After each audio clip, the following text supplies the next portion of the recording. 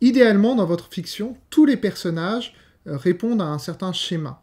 Ce schématisme est nécessaire pour savoir où vous allez dans votre histoire, il est nécessaire pour organiser vos personnages et gérer les interactions de vos personnages entre eux et avec les événements qui vont leur arriver pendant l'histoire.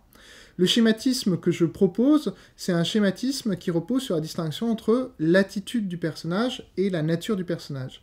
L'attitude du personnage, c'est son attitude vis-à-vis de lui-même, vis-à-vis des autres et vis-à-vis du monde en général. Il peut être un chevalier servant, il peut être un enfant, il peut être un juge, il peut être un justicier, il peut être un fou. La nature, c'est quelque chose de plus profond dans le personnage, quelque chose qui change peu, contrairement à l'attitude qui peut être fluctuante, c'est quelque chose qui est stable dans le personnage. Là aussi, on peut avoir une nature de juge, de justicier, de serviteur, on peut avoir toutes sortes de natures. Mais en fait, ce qui fait le moteur du personnage, c'est l'interaction entre l'attitude et la nature. Je vous disais tout à l'heure que l'intérêt d'une scène, c'est la tension qui est générée par l'écart entre ce qui est implicite et ce qui est explicite. Et souvent, cet écart entre l'implicite et l'explicite, c'est le reflet de cette faille au sein même du personnage, qui est cet écart entre l'attitude, ce qu'il fait, ce qu'il veut faire, et sa nature, ce qu'il est et ce dont il ne peut pas s'échapper. Ce dynamisme entre attitude et nature chez le personnage, il est souvent de trois types. Il peut être de l'ordre de la coïncidence, attitude et nature sont identiques. Il peut être de l'opposition, attitude et nature dans son cœur s'opposent complètement. Ou il peut être simplement de l'écart entre l'attitude et la nature. Prenons les cas un par un. Le cas de la coïncidence, c'est le cas des héros mythologiques. Les héros mythologiques ont souvent une attitude et une nature strictement identiques. L'exemple, le surfeur d'argent des éditions Marvel.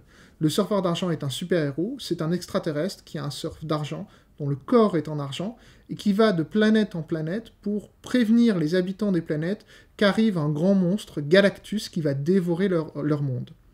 Concrètement, le surfeur d'argent, sa nature c'est d'être un chevalier servant, et son attitude c'est d'être un chevalier servant. Donc il n'y a pas d'écart entre les deux. Prenons le cas de figure où il y a une opposition radicale entre l'attitude et la nature. Cette opposition radicale, elle peut être de l'ordre de l'opposition volontaire ou de l'opposition involontaire. L'opposition volontaire, c'est quand le personnage décide de masquer sa nature et de présenter une attitude au monde qui est opposée à sa nature. L'exemple, c'est Iago, le serviteur d'Othello, dans la pièce de Shakespeare du même nom.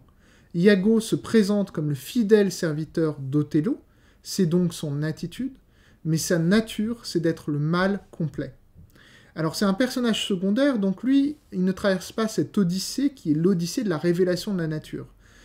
C'est souvent intéressant pour vos personnages que vous ne leur disiez pas tout de suite qui ils sont, mais qu'ils le découvrent au cours de l'histoire. Iago étant un personnage secondaire, lui sait ce qu'il est. Mais un personnage comme par exemple Chimène, dans le Cid de Corneille, c'est un personnage où il y a une opposition entre son attitude et sa nature, mais une opposition involontaire. La nature de Chimène, c'est d'être une amante, un être de passion qui aime et qui se bat pour son amour.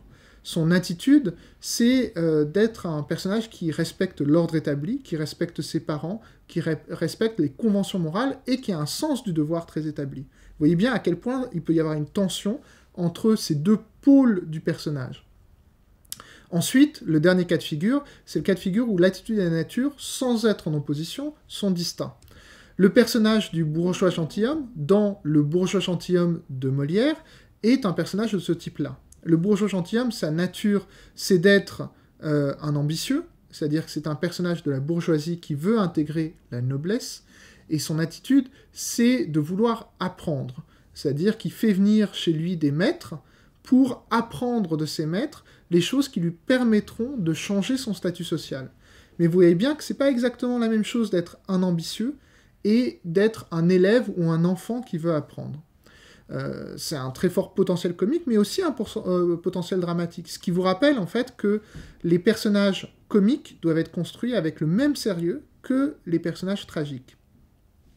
Concrètement, pour vous, il faut que chacun de vos personnages, qu'ils soient des personnages importants ou des personnages secondaires qui n'apparaissent que pendant une scène, ait quelque part un petit schéma qui dit quelle est leur attitude, quelle est la nature, et quelle est la mécanique, le moteur qui lie les deux.